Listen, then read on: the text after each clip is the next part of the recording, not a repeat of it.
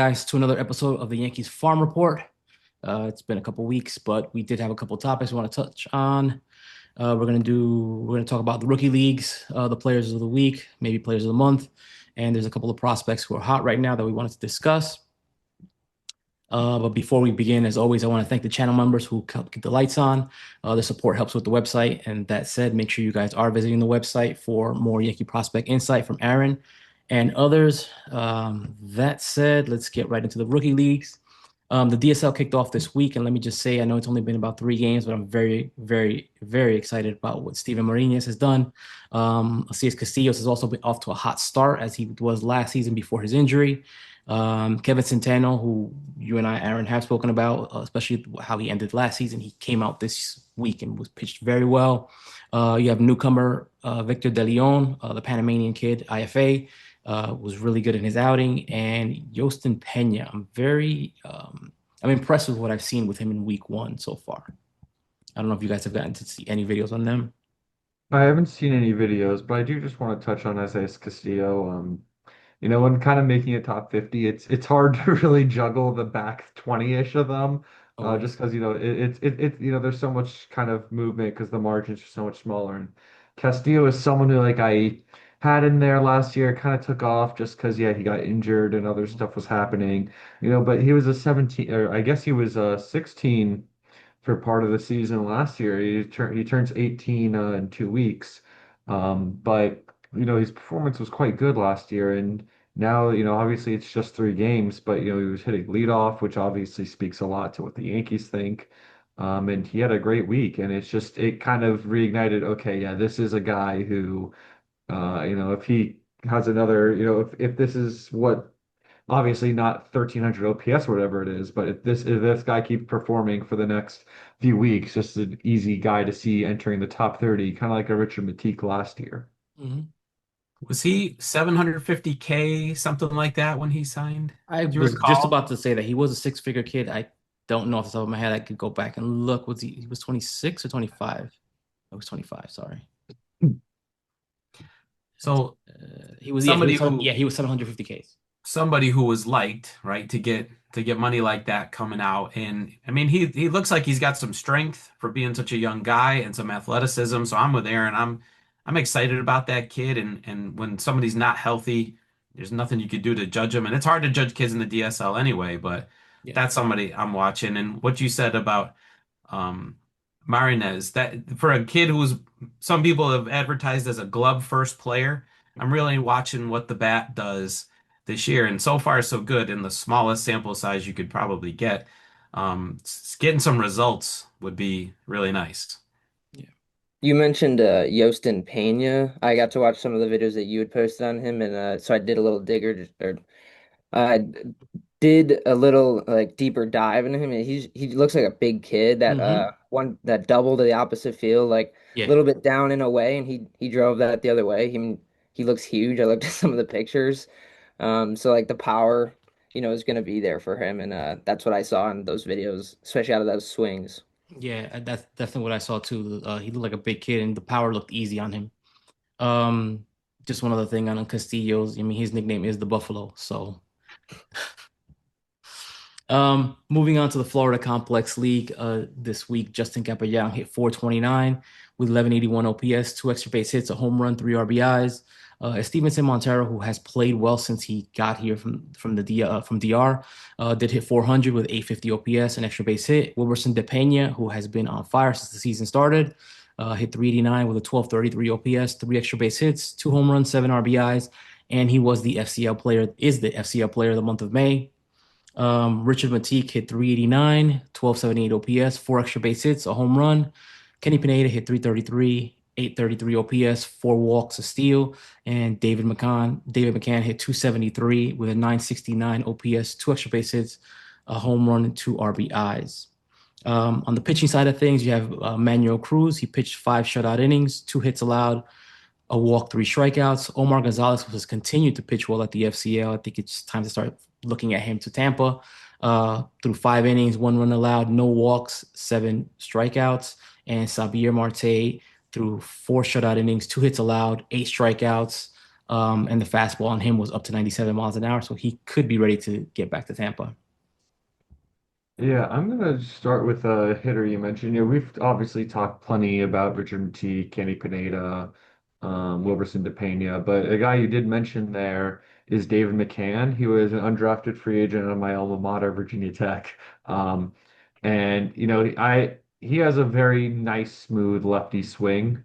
It's he's a guy who has some pretty solid power, and he's already hit 3 home Mhm. runs in 22 plate appearances. It's he's looking like FCL is maybe a little too easy for him. It's just that we've talked about how the catching depth has kind of been dried up, and there's a couple other guys performing the levels above who I'll probably talk about when we get there. But he's another guy. Yeah, he's only just turned 22, I want to say. So he's not. It's not like he was. Yeah, he turned 22 on March 18th, so he's not like that old.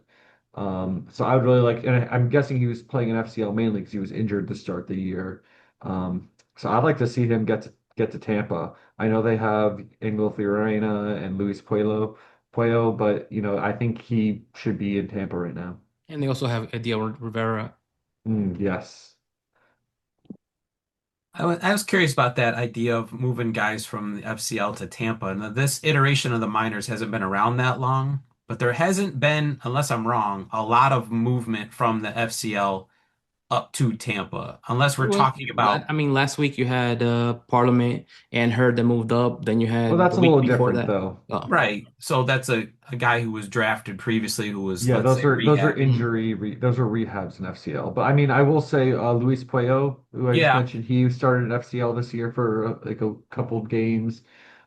There's some others that have gone up Gabriel that I can't Lara. remember. But you're right, it's not like a very common thing. But Mhm. like your example of McCann, so if that there's a guy with if he's at that age, it might be appropriate to move him to Tampa. hmm Whereas I'm wondering about a guy like DePena, if he performs like this, would that be a guy who gets Tampa at bats here this season?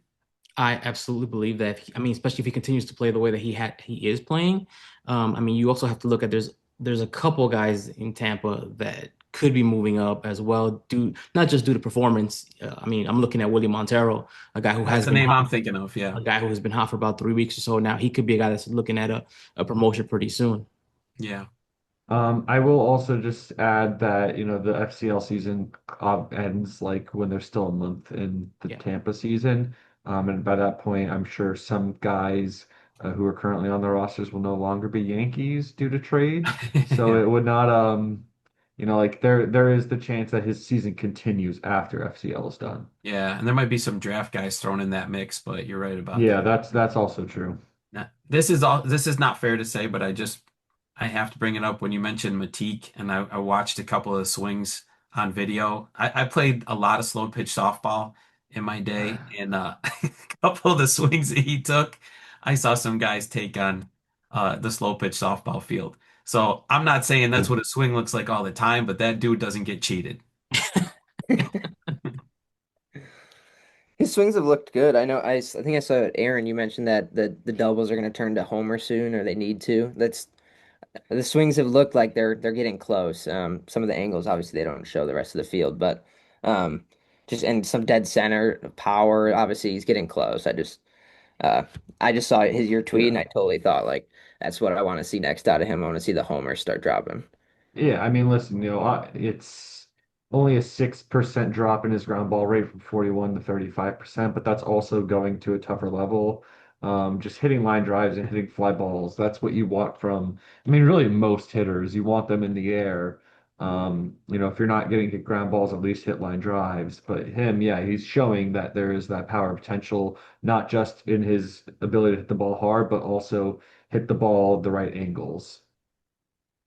Going back to the pitching thing here, you brought up Omar Gonzalez. I've been a fan of his since they signed him because he had some international competition experience. So there was some video on him when he was 16. Yeah. Good looking kid. They've brought him along really slowly, right? But do you Yeah, have any insight? Did he have an he injury that did. he dealt with along the way? Yep, he did. He Do had you an know injury. what it was? It was an injury to his shoulder, if I'm not mistaken. All right, Hmm. that's what I was afraid of. But Yeah, but That was like 2 years ago, I want to say. yeah, okay. I mean, he was a baby obviously when they signed him. He's only 20 now. Hmm. It turns So 21 in the end of July. yeah, I so feel like I've been I I feel don't like I've feel been like he's watching him behind forever. or anything like that. Yeah, no, I feel like I've been No, watching him forever. Yeah, right. And so I think it's getting to be his time. On the pitching side too, you mentioned Marte. Yeah. Finally, no, not as many walks and a good start for him. His first, he had a couple starts with 4+ walks, 5 with one hit by pitch. So, just reeling in the command, he looked much better. Obviously, it showed up 2 hits, 1 walk, and obviously 8 Ks. So you said the fastball too. So Yeah. No, I mean for Marte, I mean I've always known him for him to have good command, so it was a little weird to see that. I chalked it up to him still coming back, but yeah, his command is much better than what he had shown us in the previous couple outings. and it is TJ, so that the command does yeah, take a little while to come back from. All right, moving on to Tampa, you have Willie Montero, who has been really hot over the last 3 weeks. Like I said, he hit 350 with a 959 OPS, 2 extra base hits, a home run. He did homer tonight with 4 RBIs, 2 stolen bases. You had BMG, Bryce Martin Grzelcyk hit 348, 1160 OPS, 4 extra base hits, 2 home runs, 6 RBIs. He's also hot. Jackson Lovich hit 333, 802 OPS, an extra base hit. I don't know if he was in the lineup today. He wasn't. Yeah, so but he did play this weekend, by the way. Luis Escudero hit 300 with a 1062 OPS. He hit a home run and RBI, 3 walks. JoJo Jackson hit 278, 2 extra base hits, 3 RBIs, and Luis Puello 273, 3 extra base hits, a home run, 4 RBIs. Yeah, I'll Um, start. Go ahead. I was gonna just start off, sticking with the hitters. Luis Puello was, I kind of mentioned and alluded to earlier, a catcher who is increasing his stock.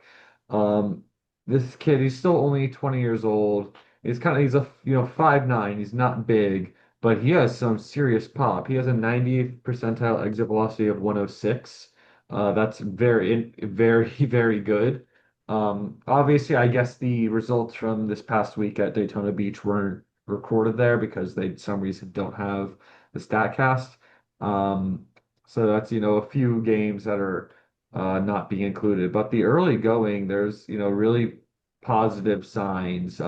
Right now, his ex-WOBA is 240, or what is it? It's 297, which like I said, again, is probably a little misleading because of the data that was missing. But he hits the ball really hard. He just really needs to shore up his approach because he's chasing a lot and doesn't make a lot of contact. Um, but for a 20-year-old catcher, you really got to like that power potential. So we're calling him BMG. I call him BMG. I like that because it takes a long time to say the other name. But Yeah. good. I think I would take this as he's playing the way they thought he was going to play. Like Mhm. maybe he got off to a little bit of a slow start, but I bet you this is what they had in mind, what he's doing right now. And there's a kid who I think looks the part. Mhm. So I'm not telling you what he's going to be. And the other guy who I can't tell you what he's going to be, but good for him is Hans Montero. Yeah. I mean, he's a freight train right now. It's not great that most of his at-bats are coming at first base. If this is a guy that we're looking at with prospect pedigree, that's a lot of pressure on the bat, but good for him. It's taken him a while to put up results like this. I'm not saying he had a bad year last year. I don't think he did. No, I But think he was the best player at Tampa last season, if I'm not mistaken, like statistically. But yeah, I'm happy for him. yeah, this is what he's doing right now is spectacular. So I don't know where this goes, but good for him.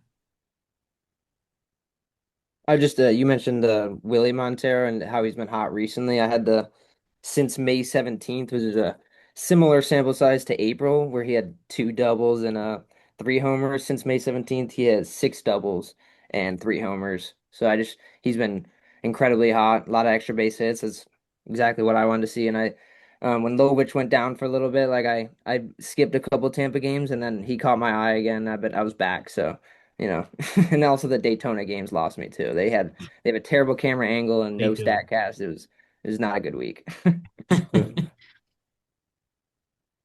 Yeah, I don't know who told him that people want to see a camera from like what was it, like the eighth floor, or in the zip code next door. It was absolutely ridiculous, man. I guess I've seen better camera angles like in an NES baseball game.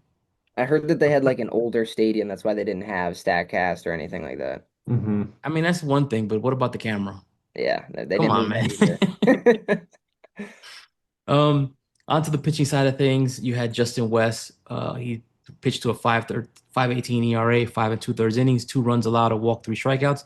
I think they put him in the bullpen now. I do believe he came out of the bullpen yesterday and pitched 2 innings. Yeah. Yeah, he Um, relieved Hurd. yeah, Mac Hewitt pitched 5 shutout innings, 2 walks, 7 strikeouts. I wish I could have seen that game. Henry Lalane threw 5 shutout innings, 1 walk, 7 strikeouts. Matthew Tippy threw 2 and a third inning, 1 hit allowed, one unearned run, no walks, 4 strikeouts. And Jose Martinez, who for me has pitched really well all season long, 2 shutout innings, no walks, 4 strikeouts. One thing I wanted to touch on Lalane real quick. For his last, what is it, 3 starts, he's pitching to a 1.20 ERA, 15 innings of work, 2 earned runs allowed, 2 walks, 19 strikeouts, about a 33% strikeout rate, walk rate of just under 3.5, 1.59 FIP. He's pitching like the guy that I expected out of the DSL. That's it. That's the same thing I think. This is more like it. This is what we thought he might be, Yeah. right? And the stuff's ticking up. Am I wrong? I The want stuff to is say ticking up. I want to say in the last outing that I saw of his, he did touch 97 a couple times, I want to I say. have the start before Daytona. He was sitting 92, 95, and then Yeah. hit 96.8 as his Yeah. top. So it's getting up there. That's what I've seen. And I mean, it's been a while since we saw the 96s, right? Mhm. So it's good stuff. When you said 2 walks, Hmm. I feel like system wide, the walks have been a problem. So I mean, this is really encouraging. Obviously, it's not 15 starts, but this is arrow up, and we know the potential's there. So if the stuff's ticking up and the performance is too, this is great. Makes you feel good about this. And I will just mention, and obviously we don't have his last start in Daytona, which was probably his best, but the previous start, where he went 5.1 innings, 3 hits, 8 strikeouts, 1 walk. Um, firstly, it's 72% strikes, which is great, and 15 whiffs, which is excellent. But his fastball, he had average 94.5, which is good from coming from the left side. And the shape was better. His changeup was good. He had 3 average offerings of this four-seam changeup and slider. It's not great. It's not the high octane what we once saw, but it's definitely good at, solid. Look at a guy like Kyle Carr, who, he has like 5 or 6 different offerings that he doesn't have that velocity, but he has, solid okay stuff with. That's, what Lalane can shape up to be right now, except with a little bit more velocity. We'll see if he can get back even a bit more. Um, but it's definitely a good thing to see because he's really struggled to get going for that first month and a half. And stringing starts together, I think, is important. So that's encouraging too. I mean, he's 6'7". This is like hard not to like his frame and some of the stuff he has. So like if the Vito can get back there, the last start that we did get to see, the slider and the change looked good to me. And it got a lot of whiffs. Um, I mean, like I said, like last two starts, 15 Ks, 2 walks, and just 4 hits, no runs. Like putting those starts together, that's like you put it there. Like that's exactly what I want to see out of him. I mean, he just turned 22, so he's getting up there, but I'm gonna see some like the continued success and some moving for him. I really just liked. Yeah, by the way, I've that wanted to like him so much, you know? yeah, by the way, his birthday was last week, I want to say. Yeah, yeah, he just Yep. turned. And just one quick note, I don't He's roll five, right? At the end of the year. yeah, Yeah, yes, but he I'm is. not I'm I not don't worried think we're about worried that, about but that right now, but just because. Yeah. it's worth noting. And, Yeah. and I don't know if I may have mentioned this before, and as the person who's been watching Lalane and Carlos Lagrange the longest, I thought what we're seeing from Lagrange was who I expected Lalane to be until injuries just derailed him. I mean, he was that good early on in his as a teenager. Because they were right Yep. side, left side on that FCL team, right? That was Yep. so good at that And point. the crazy thing about that, I think Jorge Mendoza was the best pitcher on that team. Yeah, that's He right. led the league in strikeouts, and then he came stateside. They put him in the bullpen, and he just lost command out of it. I have no idea what happened once he got to the bullpen at the FCL, but he struggled with command since then. Moving on to Hudson Valley, Core Jackson has been really hot since he's coming off of the IL. He hit 357 with a 1545 OPS, four extra base hits, three home runs, seven RBIs, three walks. Caden Kent hit 308 with 718 OPS, two extra base hits. Josue Gonzalez hit 294, 662 OPS, and then RBI. Eric Genther hit 286, 931 OPS, two home runs, seven RBIs, three walks. Wilson Rodriguez hit 273, 907 OPS, a home run, two walks, five walks. I'm sorry, two RBIs and five walks. Yeah, this is the ebbs and flows of a season. And Aaron and I talked previously about stock up, stock down, and Caden Kent was going this way and Cord Jackson going that way, and now it's like that. I'm not down on Caden Kent, but it's good to see that Cord Jackson is starting to have some results, and I think he's getting some love too from prospect circles that maybe some of the skepticism. I'm not gonna say I don't still have it, but I'm feeling a lot better about him than I did a month ago. Yeah, I'll put egg on my face for that one. When we were kind of talking about it and when I had him kind of prospect down, I kind of compared him to Cord Jackson. I compared him to Dylan Lewis, guys who had really good exit velocities, some contact issues that got off to slow starts, and I should have just seen the writing on the wall right there and said, okay, let's not say anything rash yet. And um, made folly of something that I knew better about. So I'm gonna own up to that one. But it's good to see him getting hot and Caden Kent, it's while he's been hitting, the power just dissipated. So it was good to see him go long today. The guy I really wanted to touch on was Josue Gonzalez. I talked about the catching depth improving.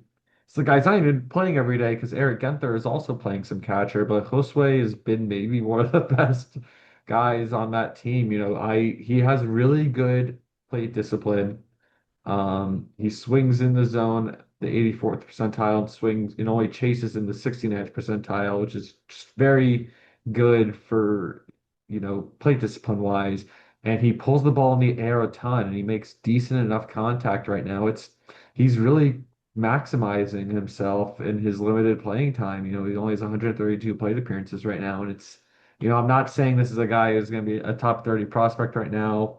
Not saying he's a guy who's going to be a starting catcher, but I'm saying this is a guy that at least is, hey, the Yankees have been kind of empty at catcher. We need something to go our way right now. And, him, Puello and the can are all kind of doing that for me right now. I'm glad And you brought him Genther, up. and Genther. Yeah, I'm glad you brought him up because you watch Hudson Valley play and you're like, well, what about this guy? And why are we talking about this guy? And so I'm glad you brought him up. Cord Jackson, just two homers in April, and then he was on the IL for a lot of this month. Since the 26th when he returned, three homers. Just hit a two-homer game. Just seeing the power, good bat, and also only three Ks in 6 games since return. You mentioned the contact issue. So obviously it's super early, but something I'd like to see continue for him. He had 24 strikeouts in 22 games in April.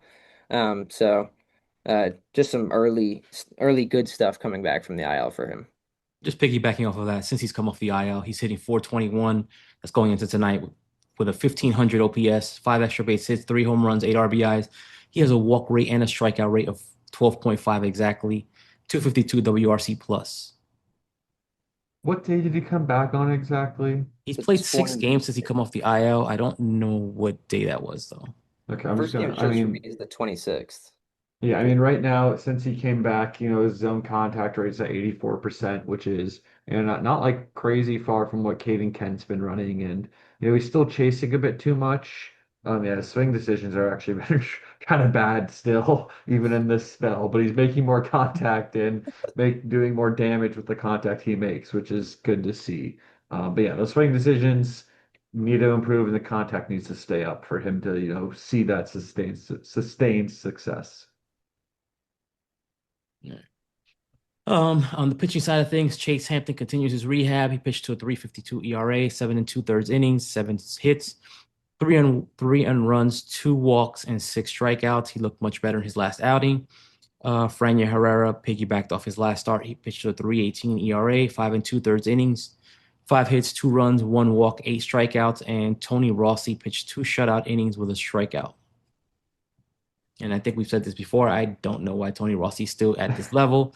Should be a Pitched Somerset. tonight. He did. Yeah, I saw a tweet saying a call to the bullpen tweet. So yeah, he was in tonight. It's such a interesting rotate. Like there's so much flashing from the Hudson Valley rotation, and obviously it hasn't helped getting Jack Seibert being called up.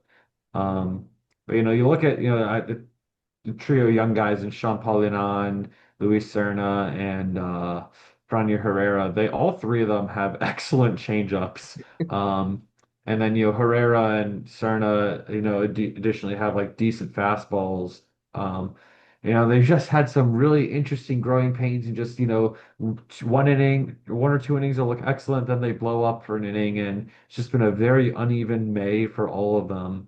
But like it's that position where you see, I don't think any of them are even 22 years old. I know Franier's maybe just turned 21.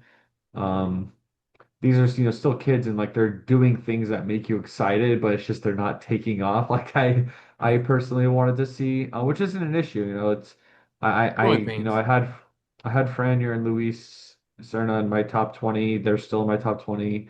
I tweeted the other day, Sean Paulinan is a guy I probably should have put in my top 30, and he's, as it's I'm not releasing anything anytime soon, but I'm always updating it, and he's kind of pushed into there, the very back of it. So yeah, but then you look further up. Bryce Cunningham has struggled some since coming back from injury. Same with Hampton as he's kind of gotten in his groove. So it's just been very uneven starts in Hudson Valley for them, and it's kind of hampered that team. And it's a good point because everybody's interesting. And every time you see who's pitching, like, yeah, I want to watch him pitch. Yeah, And then you it's remind it's yourself, you want them to be dominating and you want the results to be great, but it's still A ball. And it's part of the process is that the results might not be there, but I don't feel any differently about the guys who are throwing. They're still all interesting, and that's the good part. Yeah, Yeah, it's just super quick about that staff. I mean, I'm optimistic about all of them. I'm hopeful for all of them, but I mean, just right now, the results just aren't there. They're struggling, there's growing pains, and it's not something that we've typically seen from the Hudson Valley rotation for the last 3 years or so. I mean, this is Yeah, the right. team where Somerset is picking from early on because some of these guys are just excelling, and you're just seeing guys that are still adjusting to the new league, are still adjusting to better hitting, and and like I returning said, the from results aren't injury there. for And then returning that as for well. injury from Hampton. Yeah. And I mean, to be fair, last year it's hard to compete when you have Ben Hess, Carlos Lagrange, and And an what about experienced Kyle the year before Carr. that? And the year before that? Like I probably don't one even of remember. I mean, they had Drew Elmer was Thorpe on there that last rotation. year. Oh, come on, Yeah. Drew Thorpe, healthy Chase Hampton. Yeah, those are it's and like and the reason I said those guys haven't like moved down despite their struggles is they're still really good peripheral data. Exactly. The underlying they're still I can't remember exactly for all of them, but each of them has something really good. Either it's generating a lot of chase, generating a lot of in zone whiff. Like there are good things that you say, oh, that's something that'll hold up, even if it doesn't. Like Frenya Herrera has such good reliever upside for me. It was a funky lefty with a really good changeup and a lively-ish fastball. Um, yeah, they're still good stuff, but yeah, they're Mhm. not putting it together as starters as you'd want right now, which is like fine. They're young. It Yeah, just means they're not going to be guys we see popping up on a top 100 list. Doesn't mean they aren't adding value to the system. correct. and despite all that, like you mentioned, like it's a lot of you want to watch them pitch. Like you Hmm. do want to see like especially like the Hmm. changeup guys, like some of the best like good pitches to watch is these dudes that know the changeup is coming from Sean Paul and on, and they just cannot hit it, and it looks really good, and it's floating in the zone, and um, that type of stuff. So like it's just the consistency, and like, as you mentioned, it's just putting it together for them. But there's so much of that other stuff that looks good, and like I'm just not disappointed at the end until like until it becomes a couple month thing. But for Hmm. right now, I'm not disappointed. All right. Moving on to Somerset, you have Jay Savina, who's been really hot for a couple months now, probably since the season. Well, I would say since the season started, but April 17. I he's hitting 417 with a 1375 OPS last week, six extra base hits, two home runs. three RBIs, and he was the player of the league, the player of the week in the Eastern last week. You have Jackson Castillo hit 318, 754 OPS, two extra base hits, two RBIs. Owen Cobb hit 304, three extra base hits, a home run, two RBIs. Kobe Morales hit 250, 900 OPS, three extra base hits, a home run, five RBIs, five walks. I don't know if you guys saw, but Jay Savina went on the IL today. I don't Oh, know why. I didn't see it. I just know that he got pulled from the game, and that was the last I saw of him. Sad. yeah, it stinks. That's my dog right there. I thought it was Gary Martin. Oh no, he's my dog also, but like Jason Vina's the guy who's been my dog for a couple years now. I feel like not to say anyone didn't like him, but I feel like I've been kind of on the higher Right, register of supporting him. driving the Uh, bus. yeah, driving the bus a little bit. So it was good to see he got a lot of love from Baseball America today. He got like a Hmm. shout out in their 10 standout hitters of May, which I've talked about. He's a guy who's just fully optimized himself. He always, hit the ball pretty well. He has excellent swing decisions, and just every time he swings in, he has some whiff. It's obviously caused some of the strikeouts, but he just is just pulling the ball and hitting for game power. He's fully figured it out, and it's great to watch. This is a guy who really, like, the very least has strong side platoon upside, with, potential, full-time starter. He's an MLB caliber player. I might be inaccurate here, but in spring training there was an interview. I want to say it was Hoke who did it with Kevin Reese and asked about who should we be paying attention to this season? I think Avina and Martin were the first two names that he mentioned. Hmm. And I think at the time I was like, oh, okay. But they've been great. Hmm. And this is like you just said, I think you should look. I think Avina is substantiating himself, and Garrett Martin, he's kind of like the pitcher who has great stuff and then seems to be able to put it together. He's got the athleticism, he's got the bat speed, and now the results have followed. And he He, seems to he hit the crap out of the ball. he's a UDFA. Yeah. Yeah, but was No, he USC when he went to oh school? God, let me look this up real quickly. I don't even remember. I thought it was somewhere. He went to. Huh, it didn't say where he doesn't say where he went to college. I want to Um, say like Arkansas. let's look up on base. Let me see. I'm on Baseball Reference. I mean, I'll just say that like big fan of him. It's amazing how him and Avina have both already blown past their home run Yeah, that's crazy. records from last year. Okay, so he went to Austin P in Tennessee, then he went to community college in Waco, and then he went to Oklahoma State to finish out his college career. So bounced around a little bit. He's from Arlington, Texas. So yeah, it's he's never. I don't even know if he'll truly ever even be a top 30 guy. He's about to be 26 years old, but kind of in the same vein as Avina, he's figured out, he's optimized himself. It's a little different because he swings more. He swings a good bit, and so there is some chase there, and it's not great contact, but I think he does a good job of maintaining that volume to end zone that it's just when he makes contact, he mashes it. Um, so he doesn't strike out a tremendous amount or walk a good amount just because he's swinging so much. But yeah, he's definitely a pull side platoon type of guy, like a Randall Grichuk type. So it's awesome to see him really break out this season. I saw that Somerset posted that since April 26th, he leads the minor leagues in homers with 14, and that the only major league player was Kyle Schwarber with the same amount. So, I mean, we talked about the power last time, but yeah, he's just crushed his last season total and looks, I mean, a lot different, but it's been good to see. Yeah. Right. Moving on to the pitching side of things. Just Yeah, one last thing on Martin. go for it. Get him to AAA. Let's Yeah, let let's let's stop dilly-dallying here. I don't know who's in that AAA outfield right now. I guess Spencer Jones is in there. Duke Duke Ellis. Um, Ellis. Duke Ella, yeah. There you go. Sorry, Duke. Let's get a guy up. Let's get this guy up. All right. On the pitching side of things, you had Kyle Carr, who continues to pitch well.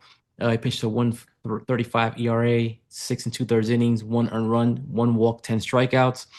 Ben has pitched to a 1.5, I'm sorry, 1.93 ERA, 5 and 2/3 innings, 1 earned run, no walks, 5 strikeouts. Christine, 4 innings of work, 1 run allowed, no walks, 3 strikeouts. And Michael Arias, 2 1/3 innings of shutout baseball, 1 walk, 3 strikeouts.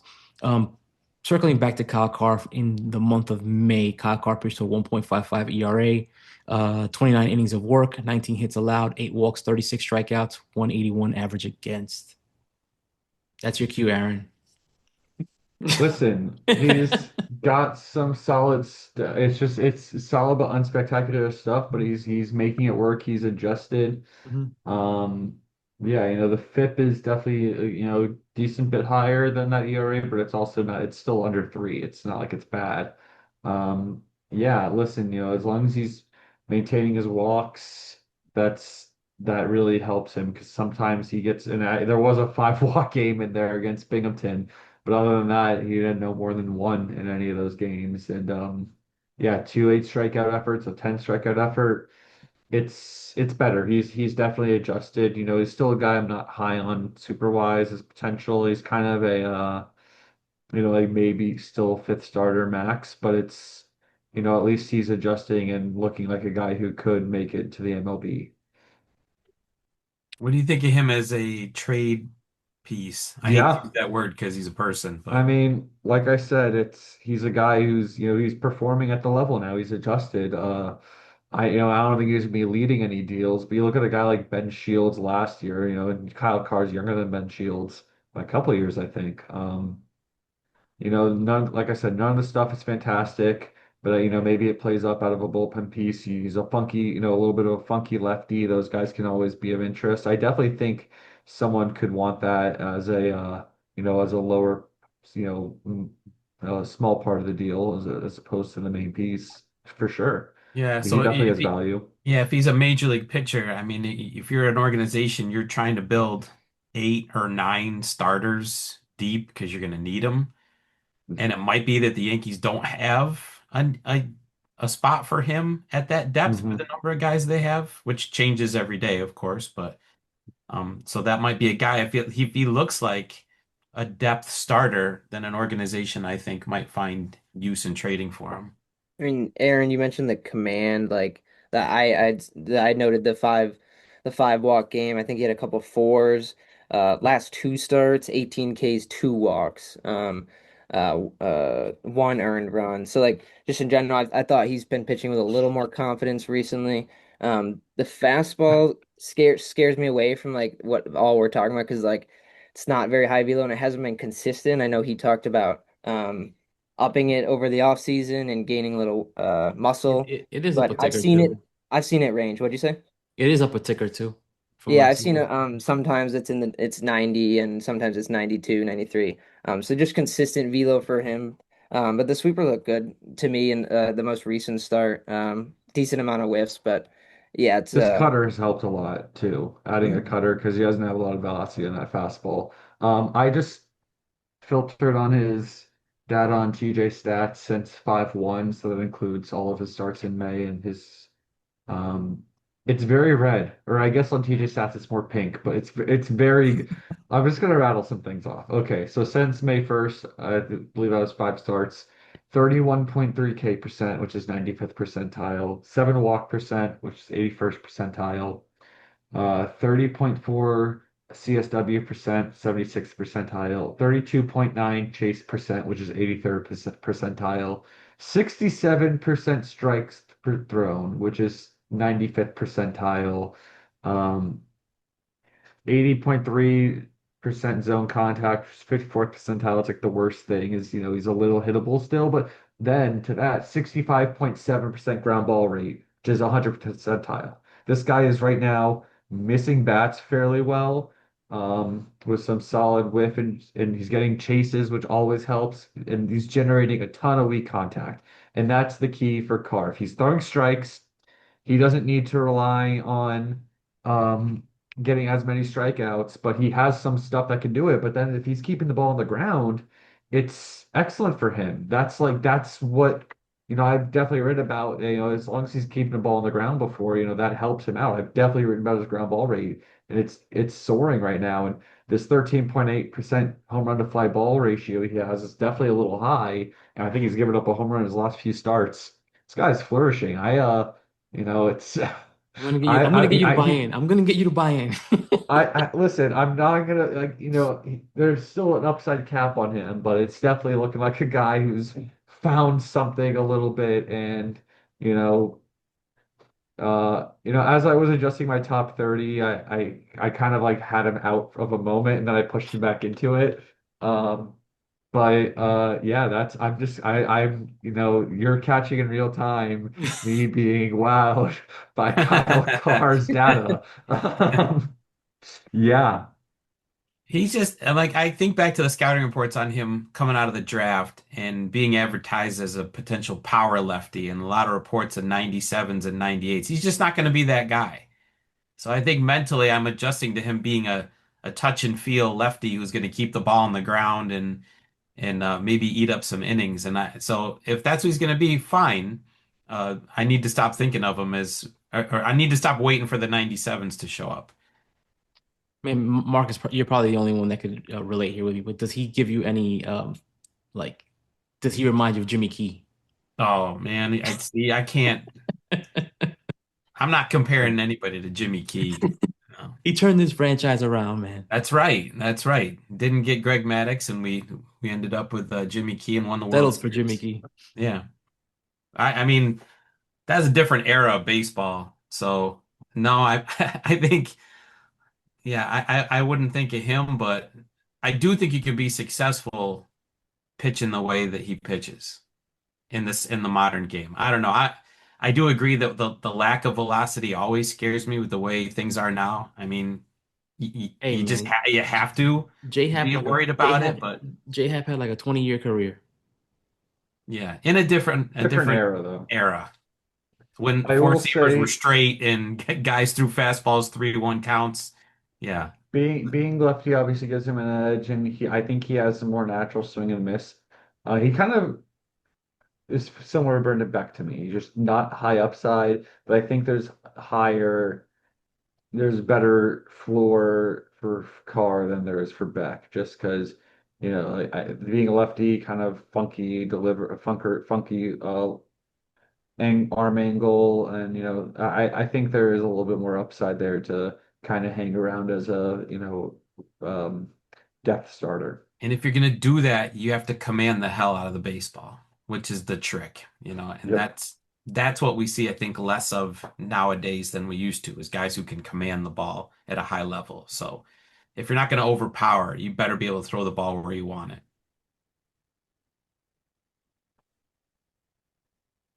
All right, moving on to Scranton.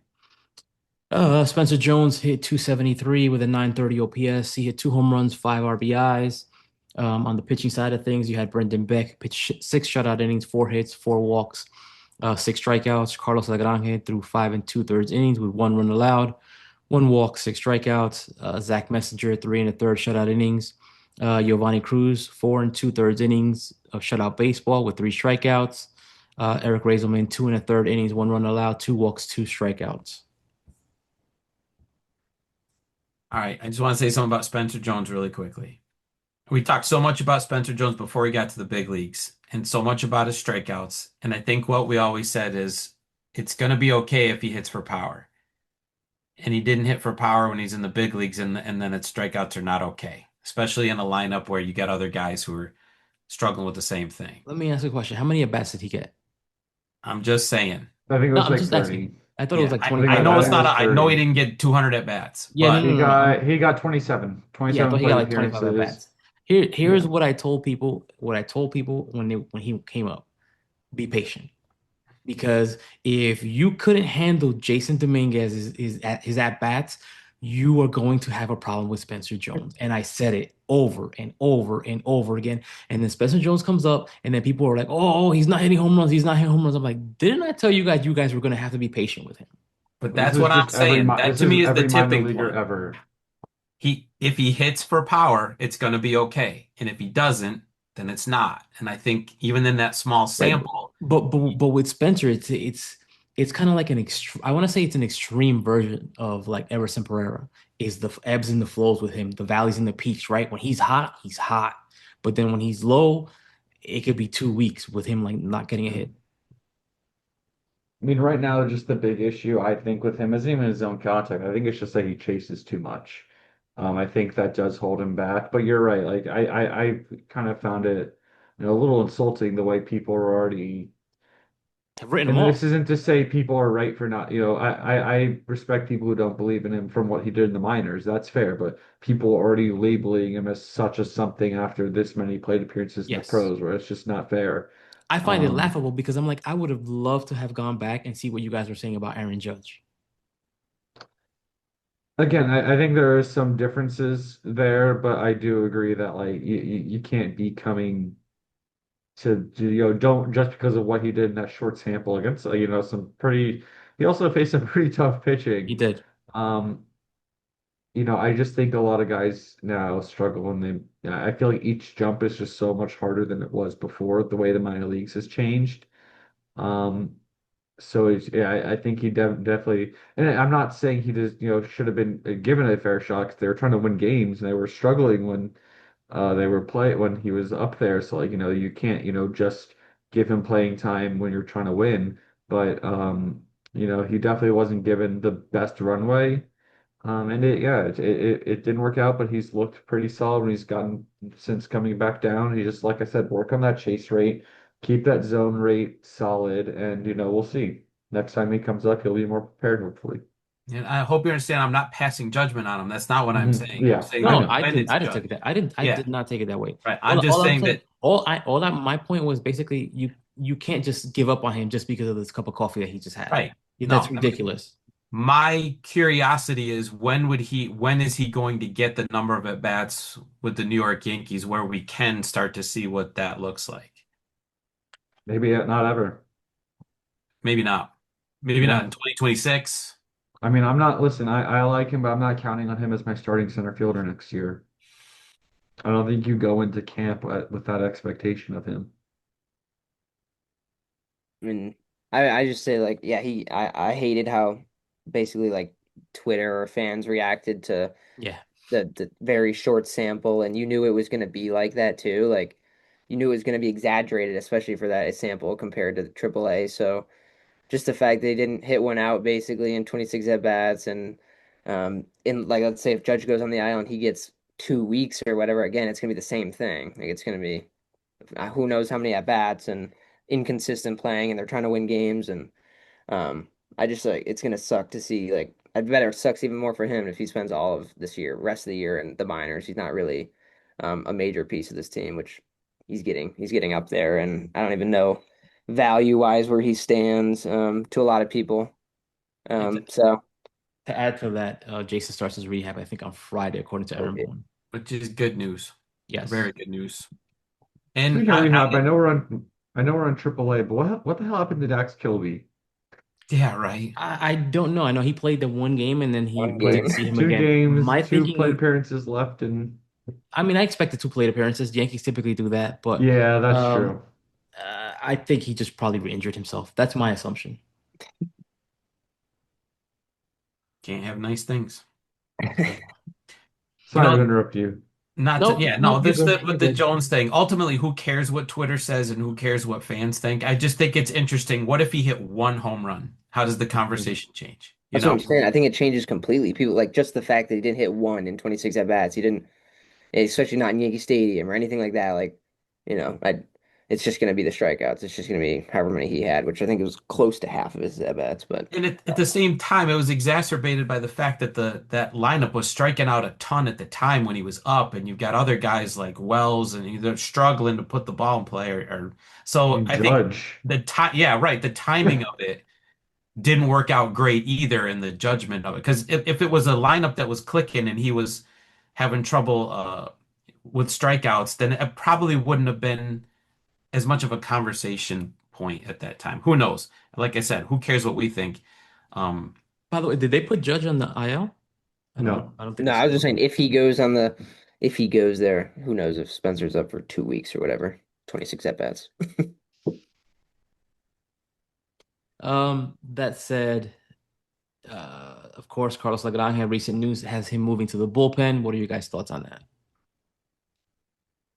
I mean, I think the consensus is we pretty much expected it to happen. Yeah. Maybe a little earlier than I thought it would, but Yeah. I think it's kind of it works well for both sides because from Carlos' side, hasn't been the best first 2 months of the season for him. Definitely, it's been he's shown that he's struggled to maintain. I don't know if it's focus or what or whatnot, but it's just has not been able to have consistent outings. And the Yankees clearly need some high leverage bullpen.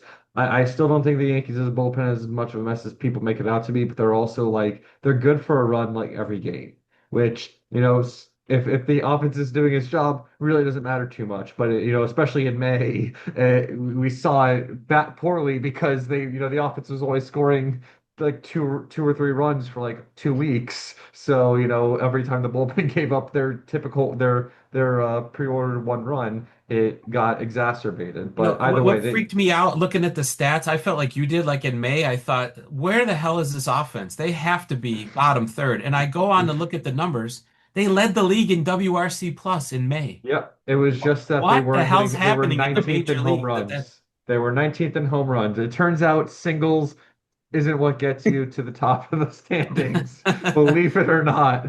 right. Um, So, but you're but right. There's no yeah, wiggle room if that's what the run scoring environment's going to be. Then yep, you can't give up runs every day. Or you have yeah. a one run lead and you can't protect it. That takes the wind out of a team. Yep. So why not add a guy who throws 100 with ease and apparently throws a 96-mile-per-hour changeup? And I like what they did today is, got I think it was Rafael Montero through the first Mhm. inning. Then they got Lagrange in there, Yep. went 4 innings. I definitely don't think they should be putting him to like one, even 2 innings right now. Let him go 3 or 4. Let him keep going like 50, 60 pitches. Um, like let him get somewhat of a routine in the bullpen and how do I prepare when coming in late. I would like to see him come in. What happens if he comes in for a bulk outing in the fourth inning, the fifth inning? Um, help him get that mindset going and then still keep him a little stretched out so he's still kind of thinking about starting while also, allowing him to you know, not have to worry about, okay, I gotta go, 90 pitches. How am I gonna sparse out my fastball and my changeup and slat whatnot? Like, I really like what they did today and definitely doing this over the next month. And then I think, get him for a call up. So I was first, gonna, yeah, sorry, go you ahead. go. No, I I said, was gonna I was gonna say that today a lot of people mentioned like it was his first bullpen appearance and it looked a little funky because he came in the second and it was a doubleheader and all that stuff. But like, yeah, I'd like to see like the fourth, and it is really about a routine thing. It's just not that you're on the mound to start the game. You're not facing them right away, and you're coming out of from a different position. So like, um, I like the stretch. They need to stretch. They need to keep him stretched. If in like when he gets brought up, like you also mentioned like you were.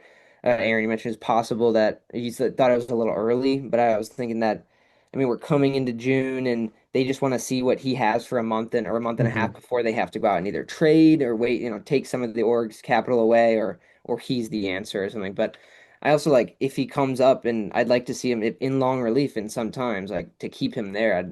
Just to see what he has from fourth or if we got like blown out in the beginning and they need Blackburn basically to come in and finish it. I'd like to see like Lagrange do 3 innings, something like that. And then obviously it's the seventh and the eighth inning. I'd like to see him. so for him, great news that they shifted him to the bullpen in the sense that they just told him he's pitching in the big leagues this year if he's healthy. Hmm. That's true. Yeah. The part that makes me hesitate is he comes up and the expectation is going to be again from the fan side. Too Here high. comes the guy nobody's going to touch, right? I saw someone said make him the closer, and I was like, Jesus Christ. Right. So the expectation from the get-go is that this is 103 and no one's going to hit it. He's a savior.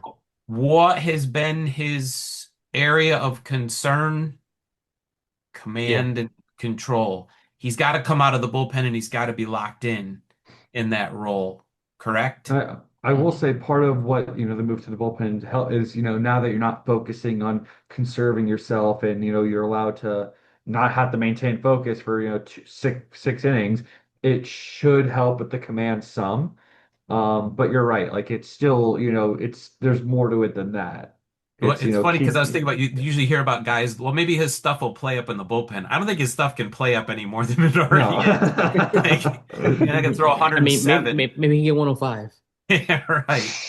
So like that stuff, it's really just about if it's harnessed, if he can warm up quickly and come in and for an inning lock it in, then yeah, that's great. It's like you said about Jones.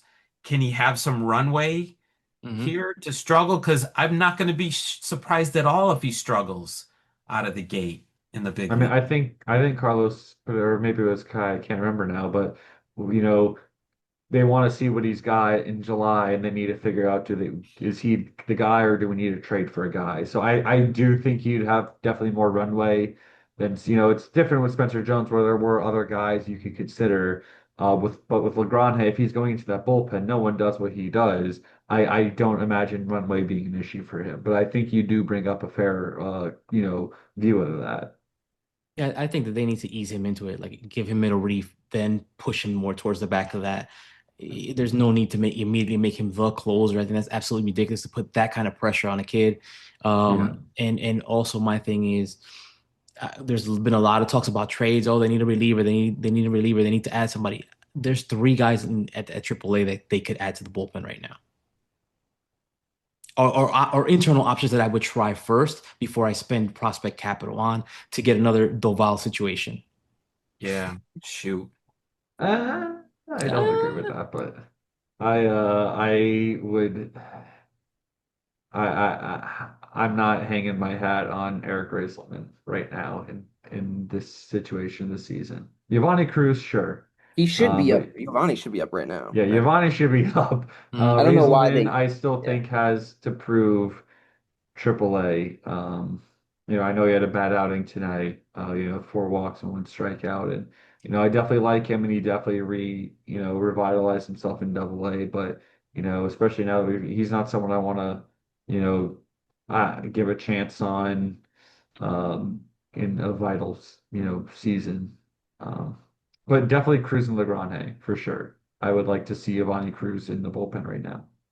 And I certainly understand that viewpoint. There's just so much reliever volatility in the league that Yeah. Oh, how do you absolutely. feel confident in who you trade for? And clearly in recent history, the Yankees have had a lot I of mean, what misses. they traded like 15 guys last season, and I don't know if you could say, yeah, these are the answers. There's Yeah. I answers mean, here. Bednar's been good. I will say, ever since went, sinker heavy, he's looked so much better. It's just, it's just laughable how much bad luck it's been. It hasn't even been Come home runs on. recently. It's just been bloops. I'm impressed by him. Um, When he I'm gets on I'm the mound, happy with. I'm reminded of the Mets version of Benito. What's his name? What's his name? Armando Benitez. Armando Oh Benitez. no, I'm pretty. Doval is not. I'm not concerned with Doval, um, being, I like what I've seen from him in his last, handful of outings. But yeah, it's either way. Like, yeah, no, you're right though. It's you don't know what you're getting, and right now I'm not sure how many. Last year it was so many guys trading. It was Yeah, Bednar, it was like it was Joan Duran, it was Mason Miller. Um, I don't know what high leverage guys are going to be on the market. It doesn't feel like it's a huge. I mean, obviously things change so rapidly, but I'm not really sure what type of high, leverage, steady, reliable reliever arms there are Because that seems right to be now. what's available every year is a 29-year-old who broke out this year and has 5 years of control left on it. So like, yeah, but there's a reason I don't know. It's just like guy. That's what I mean by volatility is you don't know what you're gonna get, even with a guy who's having a great year. Trade for him and who knows what the hell happens. I wouldn't have a lot of confidence on getting bringing guys in. This is just kind of fun. I had to look it up because last night, Duvall gave up 3 runs. He had a negative .91 FIP and a .52 xFIP. That's like what he was doing delivered, and he had 2 strikeouts. It's just that like he just gave up some of the most annoying dinks and bad defense, and Sorry. Anyways, though, yeah, like it's when you have you're not trading for anyone who can throw 103 or 100 even real probably. So like that's why I do think Giovanni Cruz and Carlos Lagrange are just such clear options, and I really do want them to give them both a real runway to see, hey, can we rely on both of these guys? Because I would just save them a lot. I think you could legitimately say you'd only need to make one addition via trade, really, if both those guys are legitimate bullpen options. Seen a lot of Yankee fans on Twitter crying for them Yankees to make a trade for a third baseman. How realistic is that? Because as long as they owe what did McMahon was it $16 million? I just I don't don't see think that that's happening. an. I don't know. They cut DJ LeMahieu, they cut Hicks. There's someone else they've cut that I DJ can't LeMahieu remember. was a mash unit though. All right. I mean, but he was, being paid the same amount if I think they wouldn't be afraid to No, do it if I'm they think I'm there's definitely in the class of like if their backs are against the wall, the Yankees will just eat the money. They've I done don't it even think before. it's the backs against the wall, but if they, if yeah, I think if they get to July and they say, okay, our best 26 man going into the dog days or into the final push doesn't include Ryan McMahon, I think they'd cut him. I don't think they're afraid to do that with only a year and a half left. Is he That being said, untradeable? If that's what it comes to, is he untradeable? I think so. Yeah. Yeah. That being said, though, like the third bait options on the deadline aren't great. Like, don't give me that Josh Young stuff.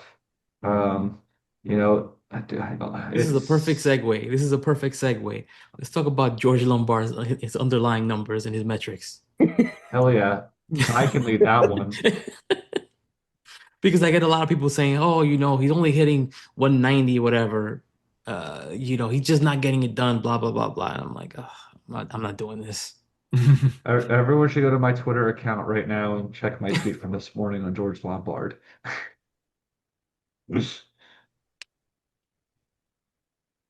I'd be interested to see a lot of people ask like if he's gonna come up like and I saw someone today just in my comments say like he's gonna play third and then against lefties he's gonna play second because I noticed something today where since in the future like coming up they want this obviously Yankee fans are George Lombard Jr.'s savior just like Lagrange um but I noticed that he played third yesterday. He played second today, but he hadn't played anything other than shortstop since Volpe was in AAA. So I was just hmm like intrigued by that, and I tweeted that out, and someone was like, "Well, that's because he's going to be playing third against righties, and on lefties, he's obviously playing over Jazz." I assume that person is thinking. So, um, but I was just, I'm so interested if he's a part of this team this year. Like, I mean, they have to give up you have to quit being on somebody, right? I mean, we've spoken about this before. Being that he's a AAA, I really think that there's a high possibility of him debuting this season. Like I said, we've touched on this before. Their top prospects do not usually spend a lot of time at AAA. It's the runway thing too. Like he's got to play every day. Like I would just be so upset if he's up there and he's doing the Spencer Jones or he's not playing against certain pitchers or whatever. Like he's got to play every day. That's for especially for him. Like it's a process. He's got good discipline. He sees pitches really well. I he just needs 3 weeks of seeing a lot of pitches. He needs to see that to adjust. Like the adjustments have come for him in at least in the recent weeks for AAA. I know he's walking a ton. The average, like you said, people are going to mention that, but like the OPS is fine. The OPS has been good, especially recently, and um, the extra base hits are coming more. And I talked to Aaron, or DM Aaron, about the pull fly ball thing, but also since then he's also been hitting more to the opposite field. So um, I'll take anything from it. Like I tweeted today that one of his outs that he hit to the wall, that's out at Yankee Stadium, and that's a great swing too, and it's gonna look great. And all it's gonna look 5 to 10 rows deep in Yankee Stadium to right field. So I just his process is his swing, his contact, his decisions all look really good. I know he's a little passive and stuff, but I just want to see a runway for him. So if he debuts and I just feel like he needs to be playing, so every day. I don't know where that comes. Is that McMahon being DFA'd and but then you still have Ahmed as Mhm. another righty, third baseman. So I I think in didn't think that there sense, was. Ahmed is more of just a Yeah. utility, guy off the bench for against lefties. Um, I will say, the main, because I definitely agree with you. They're kind of getting him ready to see if he's an option. Is this guy, going to progress well enough AAA that we could use him? Then it comes the area of how, the runway, because it takes, like I was saying earlier, Spencer Jones, it just seems everyone these days takes a while to adjust to the MLB. Um, but I think George Lombard offers a high floor when he's at his best. He's obviously not chasing, but he's also swinging in the zone at a above average clip because that's been the issue. Sometimes he's too passive rather than just having good plate discipline. I think, right now, pulling the ball in the air a lot, I think he does a really good job of taking pitches on the lower outer half to right field, and he should always continue to do that. That being said, the ability to pull the ball is definitely going to provide the best power. And we were seeing that the last few weeks. And it's just about, if he can hit for a good enough contact, because I don't think his hit tool is ever going to be more than average. But if his swing decisions are plus and his power is plus, because he has some really good raw power, I think he can definitely be like a 120 WRC plus guy. But, when things aren't going right, as long as he's still walking, I still think he has a chance to be like a 90 to 100 WRC plus. And the organization, I don't think, is convicted about Spencer Jones. Injury opened an opportunity. It was the right time in Mhm. the season to give him a chance to play. I think they are convicted about George Lombard. And I just before the season didn't think there was any chance we're going to see him. And now I don't feel that way. But just the time when he might be up is what you could convince me that he's going to play in the big leagues this year. It's just when. With the way things are and the standings and the way it looks like things are shaping up here, when's the right time? Because he is good. Once he comes up, I don't think they're gonna play around with him and say, let's give him a cup of coffee and see what we got. It's the Volpe treatment of he's up and Yeah. he's staying up. It better be the Volpe treatment. That's what I say. It Yeah. better be the Volpe treatment. I don't think Volpe should get the Volpe Yeah, treatment. I like Anthony exactly. Volpe, but I yeah. never thought he should have had that. So if he's getting it, George better be getting it. Yeah. Trying to see how George did today. So no hits in, I think it was four plate appearances, two walks, one strikeout. So, got on base a couple times. I don't know what his batted balls looked like, but He not had not the best day, but not a bad day. I posted his like most important batted ball, which is the 342-foot fly out to right field, which like the right fielder made a Oh, good job. which would have been gone at Yankee Stadium. I Yeah, didn't realize yeah. that was today. Yeah. Yeah. No, he's putting a good amount of good batted balls. She's had so many robberies. That Nick Morabito one, especially yesterday. That one Geez, was smoked yesterday. I thought that, yeah. it is kind of crazy how much he's been robbed. I mean, you mentioned the swing like that video today, like that is the swing I want to see from him. Like that's driving the ball the other way. That's um in the air and hard. And so that's the Yankee Stadium homer. That's what we thought like Volpe had for a little bit. They tried to switch him to more pull, and I just want to see that consistent approach that way every time. So Mhm. um yeah. That's all I got, guys. You guys want to talk about anything else? Good. Oh, Um, before I head I out, I just wanted to give a quick shout out to Grayson Carter. In May, he pitched 10 innings, 10 in the third innings, 4 walks, 12 strikeouts. The walks are down. It's awesome. It's just Yeah. awesome to see. Because I mean, you watch him pitch and it doesn't look like a mechanical mess. It looks like that somebody who could get there with the adjustment. It'd be great if he's made that adjustment. when he's pitching, not throwing. Yeah. All right, guys. All right. On the way out, make sure you hit that like button. If you haven't done so already, please hit the subscribe button. Good night, guys.